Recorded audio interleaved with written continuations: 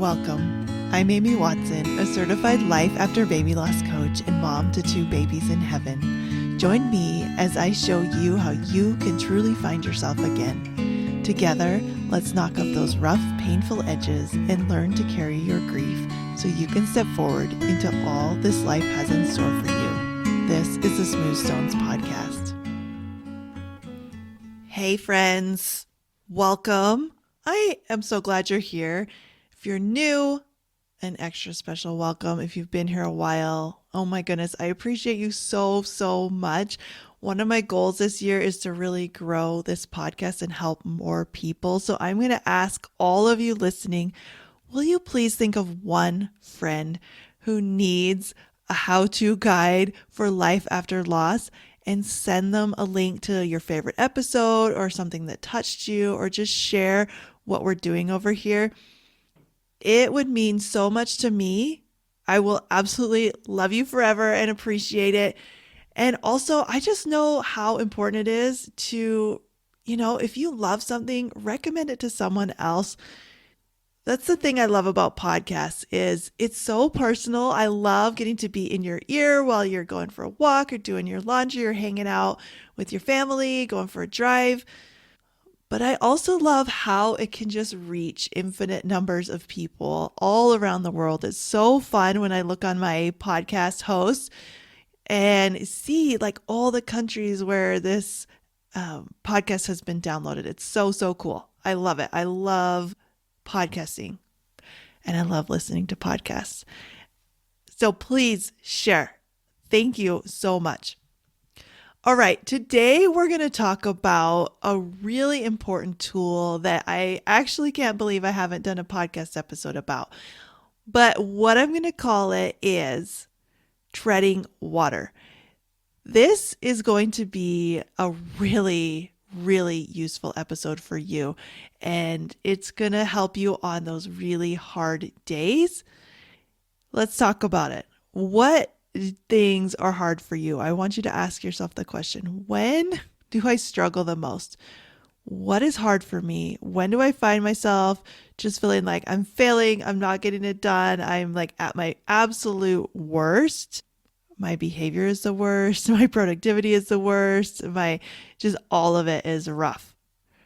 That's what this is for. It's for the hard days, the griefy days, the days that are milestones, when there's milestones coming up and you start feeling it. When you're just busy, like, I don't know about you, but I feel like I don't even try to put my kids into every single activity, and yet it just always feels really overwhelming. The week before your period's starting, or you're on your period, or you have a migraine, or you got in a fight with your partner yesterday. Maybe you had to sleep in a bunk bed. I just went to a retreat and I loved it.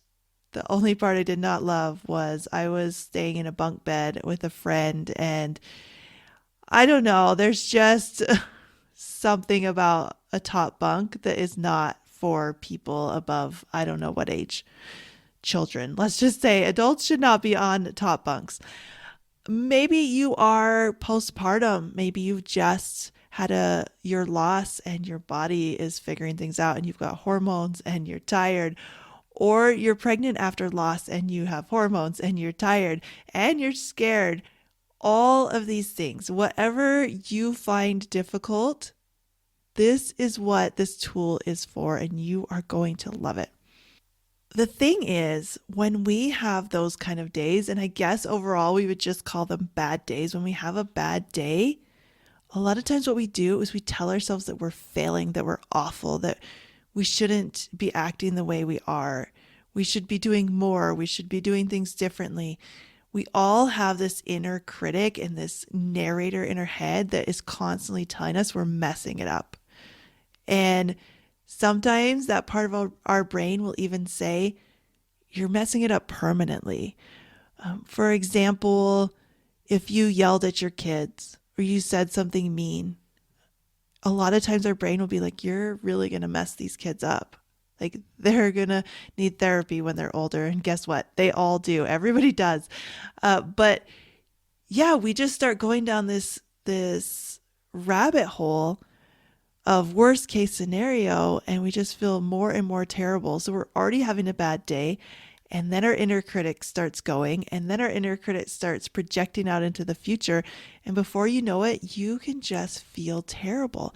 And then it goes around and around, because once you feel terrible about yourself, you're much more likely to continue the behavior that you don't like. And I want you to really listen to this part. Feeling bad about your bad behavior does not make it better. It actually makes it worse. A lot of us have grown up in, maybe, I would say, at least with Christian religions, or a lot of religions, or just general like morality, is we should feel bad when we do something bad. That's important, right? We need to feel guilt because it tells us we've messed up. And I believe that's true to some extent, but this is the switch that coaching can give you that I want you to try on. A lot of people are resistant to this at first because it's kind of just so amazing that we think it's unbelievable, but this is really important. When you mess up, you don't have to feel guilt or shame or beat yourself up. You do not have to tell yourself that you're a terrible person, a terrible mother, a terrible spouse, a terrible whatever. You could just love yourself, and you could just allow for there to be some bad behavior sometimes, because you're a human. And that is just part of being a human. We are not supposed to be perfect all the time. We're not supposed to be perfectly well behaved all the time, like we were told growing up. We're just supposed to be human. And sometimes that means that we yell. Sometimes that means that we gossip, or we say something we shouldn't have. Sometimes that means that we don't get the laundry folded, or we leave it in the washing machine. Sometimes that means, that we let our fears drive us. We don't step up. We hide. We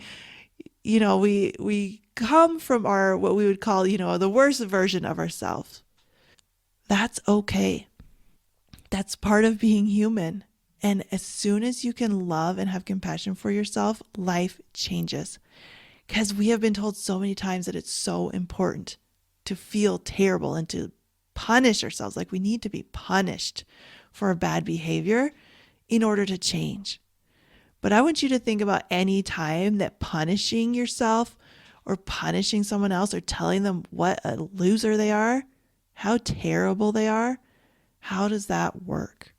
Like, you think about a child who spills milk. This is a classic thing, right? If the parents are like, what is wrong with you? Why did you do that? Why don't you pay more attention? What is your problem? Right? Like, you're so clumsy. Like, if you really think about basically like verbal abuse, I feel bad just saying all this stuff out loud. But we all know that that's probably happened to us. We've probably done that without meaning to and feel terrible about it. But what if we just know that sometimes kids spill their cups of milk because they're learning how to deal with their bodies, and their bodies are growing, and like they're not paying attention. They're paying attention to their dinner, and they just aren't paying attention to their cup of milk. So spills happen. What if we just love them and say, oops, let's get a towel? And nobody has to yell, and nobody has to be upset. And we just are kind, and we just say, hey, like, you could put your cup a little farther up on the table. That would help you not spill it next time. It's not a big deal. Like, we love you, right? How different does that feel? That is what I'm teaching you today. What we're going to do is we're going to stop punishing ourselves. We're going to stop berating ourselves, and we're just going to plan ahead for those days where life is hard and we are not at our best and most favorite version of ourselves. So I want you to know that the key to treading water, which is what I'm calling this, is that we need to choose to do it on purpose. We make a plan. We make a plan that includes some of our worst behaviors. So think about your day that's hard. Maybe it's today. Maybe it's when your hormones are out of whack. Maybe it's when you're near an anniversary. You're going to make a plan. And it is going to be all the things that you probably berate yourself for. This plan to tread water is going to include things like I'm going to stay in bed and eat chocolate. I'm not going to get up. I'm going to be in a rush getting the kids to school. I am going to forget things. I am going to avoid people that I don't want to talk to. I I will snap at my husband and I will snap at my kids and I will get really annoyed with the dog. You get to decide on purpose that these are the things you're going to do on the days that all you're trying to accomplish is to tread water, to keep your head above water. And I really want you to have fun with this because that's what we want to do with coaching, right? Have fun with it. Of course, we're not going to put anything that's like, illegal or terrible on here, but really look at the things you do that you're most ashamed of, that you tell yourself you shouldn't do, that even people around you might say, hey, you need to cut that out. Like, that's not okay. And just plan on it and make a plan, because what happens if we have this plan and we're saying, this is my treading water plan? Then when it happens, when you find yourself doing it, you're going to be like, yeah, this is what I'm supposed to do. This day is really, really hard. For me, a lot of times, and for a lot of my clients, you kind of like have this big buildup and fear and whatever on an anniversary or like October 15th or whatever it is. And then it's actually the day after that feels really just overwhelming, or this grief wave, or like you're fine, you're kind of managing all the things, and then it's the day after. If you just plan for that and you just say, yeah, on October 16th, I'm going to sit in my bed and eat junk food and binge watch some show and let my kids play video games all day, and I'm not going to feel terrible about it because this is my plan. What would that be like? How much weight would you lift off your shoulders if you just could do this? And it goes against everything we've been taught. So that's what I'm saying. Just have fun with it, play with it, like laugh with it, even just put the worst, just whatever, just put it on there and plan for it and say, yeah, I'm going to love myself because all I'm trying to do is keep my head above water. I'm just treading water today. Sometimes treading water, keeping our head above water, means we're going to float too. We're going to lay back. We're going to relax. We're just going to breathe and do nothing else. So I want you to even take a breath now. Take a breath with me. Okay? And just think on those days where you are fighting, it's kind of like, I was listening to somebody talk about riptides and how they'll pull you out to the ocean. And what happens is people fight, right? They freak out and they get scared and they start flailing and trying to go against the current. But actually, if you would kind of relax and just let the current take you, it actually curls back towards the shore and you can swim out of it. If you swim with it, you're actually gonna be fine. But when we fight it, that's when we get exhausted and that's when we get into trouble and we get just stuck and we get pulled down. So what I want for you to do is to stop fighting the days where you feel like you're being pulled out to sea, like you're drowning. And I want you to say kind things to yourself. And I want you to say, yeah, today I'm just going to tread water and this is what it looks like. And you just have it in your head. Write it on a little note and keep it in your bedside table. Like, what do I do on the days where I just need to keep my head above water? And then you do it. This is pure magic. I'm telling you, I want you all to try it and then come over and talk to me on Instagram at amy.smoothzonescoaching. We're going to be talking about this, but I want you to say, what is my treading water plan? What are the things that are on there? Yours might be totally different than mine, but this is what I see for me and my clients when you can do this. When you say, like on the day I have a pregnancy after loss appointment, I'm just going to be terrified. I'm going to like practically throw up in the car. I'm going to try to keep myself busy and distract myself and then really just feel terrible. I'm going to forget all the questions I wanted to ask my doctor because I forgot what Amy told me, which was write down your questions so you don't forget them. And I'm going to just be really grouchy all leading up to it. And I'm going to be really exhausted all the rest of the day after my appointment. That's what you can do. This is so good for pregnancy after loss. I use this with all my clients just to understand that it's okay. And if we plan ahead and we know this is what I'm going to do on the hard days where I feel like I'm drowning, I'm going to do the bare minimum and I'm going to feel awesome about it because I'm choosing this. It is a freedom like you have never experienced. So that's what I have for you today. Make a treading water plan. You might be feeling it today. You might not be. Either time is great. Just look, if you're in it, just observe what you're already doing. That's your plan. And if you're not in it, then think about what you want to do. What do you normally do on hard days? And how do you want to show up? Because we don't always have to be at our best. Sometimes our best is really crappy, but when we do it on purpose and we're kind to ourselves, it changes everything. What it feels like, if I could describe what it feels like, is just grounded, calm, confident, honestly, because the people around you, they might not like it. They might come in and be like, whoa, what is happening? What are you doing? You're just like, yeah, I'm treading water today. That's all I need to do. You know what?